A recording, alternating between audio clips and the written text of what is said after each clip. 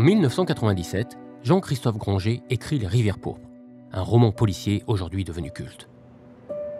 Le récit du livre est ancré dans les montagnes iséroises du massif de Beldon, près de Grenoble. 3 ans plus tard, en l'an 2000, Mathieu Kassovitz adapte le best-seller au cinéma et réunit Vincent Cassel et Jean Reno dans une enquête policière au rythme infernal.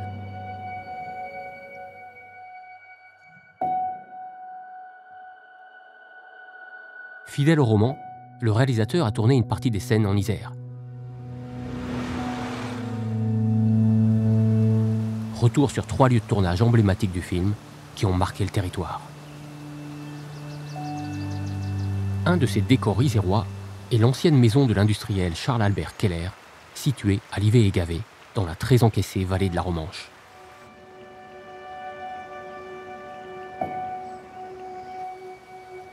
Construite sur pilotis au bord de la rivière et d'une architecture singulière, elle charme l'équipe du film au premier regard et sera le lieu de tournage de scènes inoubliables. On avait fait pas mal de repérages pour essayer de trouver une maison crédible, en tout cas qui allait dans le sens de la dramaturgie générale du film. Et c'est vrai que ça a été un choc esthétique, cette maison, qui est absolument hallucinante, quoi. Et donc on s'est installé là, on a entièrement refait tout le décor de l'appartement en haut. On a créé une salle d'ophtalmologie, on a tout repeint dans des couleurs sombres, etc.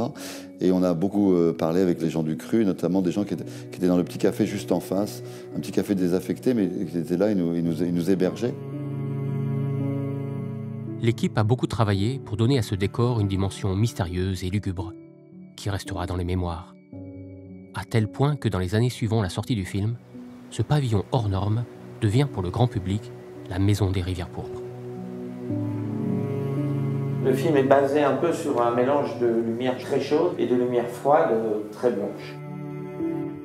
C'est vrai que cette lumière des montagnes, ce côté neigeux, blanc, etc., sert beaucoup le film il y a pas.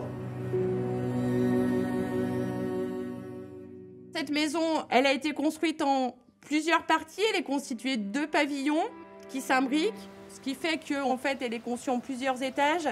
Quand on rentre par la porte principale qui est ici, on découvre l'accès à un grand escalier qui permet donc de cheminer et d'arriver ensuite au 3e niveau privé de Charles-Albert Keller. C'est un étage richement orné avec des boiseries, toute une décoration art déco, des mosaïques, des bassins d'ornement, enfin vraiment un bâtiment d'une qualité architecturale très importante pour l'époque.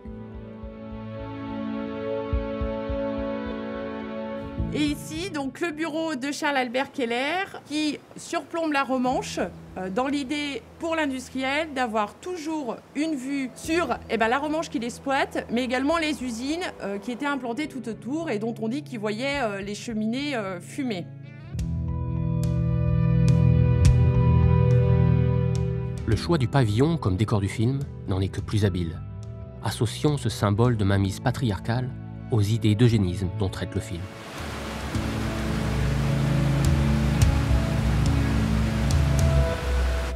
Ce lieu mythique où Charles-Albert Keller avait installé son bureau promontoire pour pouvoir surveiller les ouvriers, eh bien là, Mathieu Kassovitz a choisi de filmer les scènes pratiquement les plus sanglantes du film.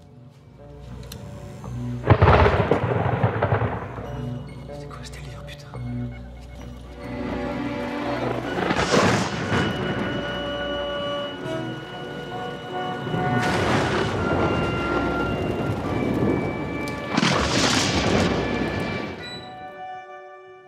Pourquoi ce titre, Les Rivières pourpres?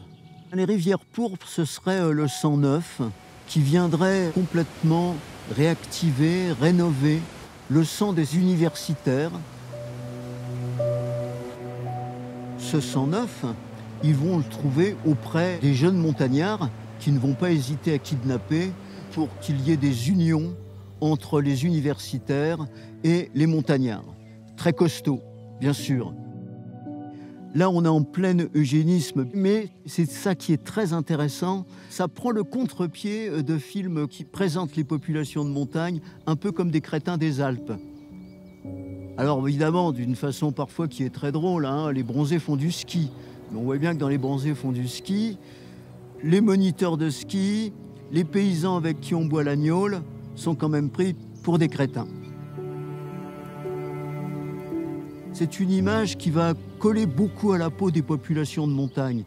Dans la réalité, il faut tout de même savoir que les populations de montagne, au moment des invasions notamment, se sont beaucoup mélangées avec les populations des plaines et des populations étrangères, car ce sont souvent des lieux de migration.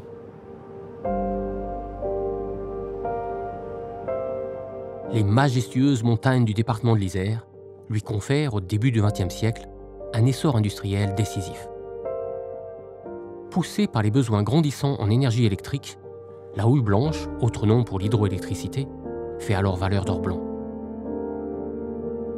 Le développement électrométallurgique qui en découle donne naissance au fleuron des réalisations de Charles Keller, la centrale hydroélectrique des Vernes. Une construction d'une démesure hollywoodienne pour l'époque, qui accentuera la dimension fantastique de la vallée. L'industrie grandissante illumine tout le Val de la Romanche, mais lui donne aussi une atmosphère infernale. Keller le reconnaît d'ailleurs en écrivant les mots suivants. Qui n'a pas ressenti quelque admiration un peu épouvantée à la vue des lueurs de l'usine électrométallurgique, des toits desquels partent de puissants faisceaux de lumière qui vont se perdre dans l'immensité sombre de la montagne.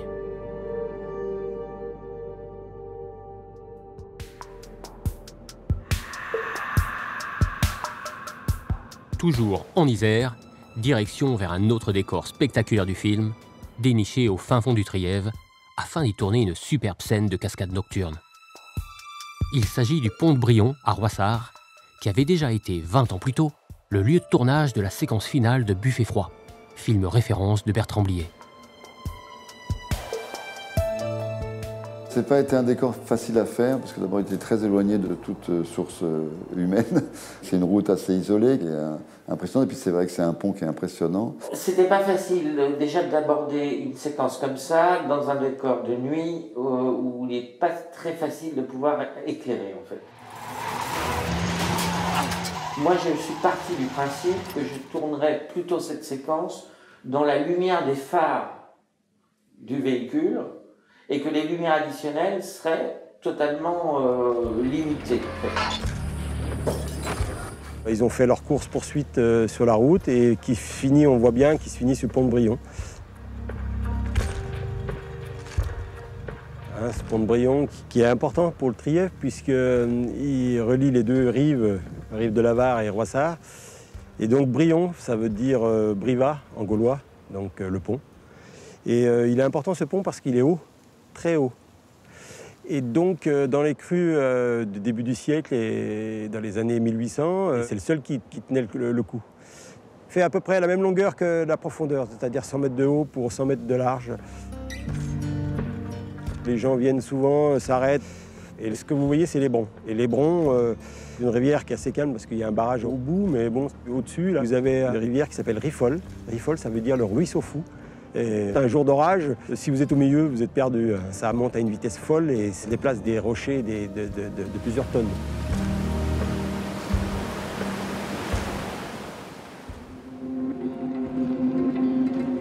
Envolons-nous maintenant vers le troisième décor, situé à Grenoble, au sein de l'ancien musée de peinture.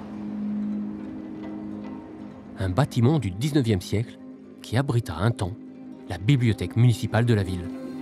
On a visité plusieurs lieux et quand on a découvert cette bibliothèque, moi j'étais complètement effaré parce que c'était un travail colossal. Elle était entièrement vide. Il n'y avait même pas les box au milieu et on a tout construit, quoi. Pour les besoins du film, le lieu a subi un réaménagement monumental et a retrouvé sa fonction d'antan, devenant, grâce au talent de l'équipe de tournage, une immense bibliothèque universitaire. Donc on s'est mis à dessiner ces box, on s'est mis à dessiner l'endroit où il y a le recteur. Et puis tout le bas a été rempli par des vrais livres qui sont venus de Paris en camion, en semi-remorque. Et puis tout le haut, toutes les étagères ont été remplies avec des photos de ces vrais livres qu'on a faites et qu'on a multipliées à l'envie. Évidemment, ces éléments de décor ont remplacé les livres qui étaient partout ici dans cette bibliothèque et qui avaient été vidés au début des années 90 quand la bibliothèque a déménagé, tout comme le musée. C'est un décor extrêmement spectaculaire. Spectaculaire pour faire des plans larges aussi. Ah oui. On sous-estime toujours trop le pouvoir des plans larges dans les films de cinéma. Et ce qui est intéressant dans cette séquence-là, c'est qu'elle est faite très en mouvement, avec des plans où on suit Jean Reno, et des plans latéraux, et des visions subjectives du personnage qui déambule dans ce décor. Donc la façon dont ça a été tourné renforce encore ce côté spectaculaire. Si on veut faire un petit peu d'histoire, c'est un lieu qui a été édifié par l'architecte Auguste Questel et sous la houlette du bibliothécaire et du conservateur de musée, donc, qui étaient deux personnages importants sur Grenoble et qui ont associé leurs forces pour créer ce lieu emblématique, qui est un lieu magique. Ce lieu a été vraiment un lieu central pour la culture à Grenoble, autant pour la richesse de ses collections au niveau de la bibliothèque, mais aussi de ses collections au niveau du musée, puisque c'est un musée d'art moderne et un des premiers musées d'art moderne de France.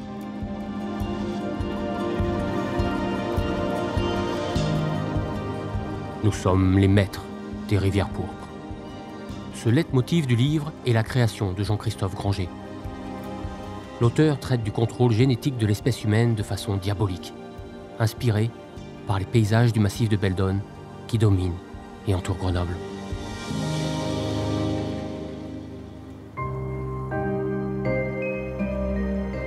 Le massif de Beldon s'élève comme une vague noire et monstrueuse, pétrifiée dans ses flancs de pierre. On voit que la montagne est utilisée par les deux co-scénaristes d'une façon qui est assez lugubre, parfois même sordide, mais qui donne toute sa grandeur à un film qui aura tout de même en France 3 300 000 spectateurs et 60 millions dans le monde. Ce n'est pas rien.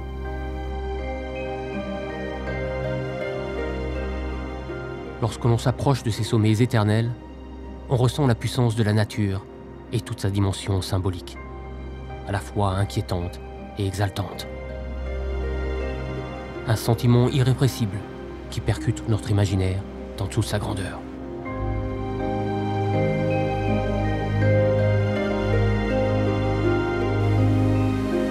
C'est là toute la complexité de l'histoire des rivières pourpres, que le roman et le film révèlent de manière majestueuse et souveraine.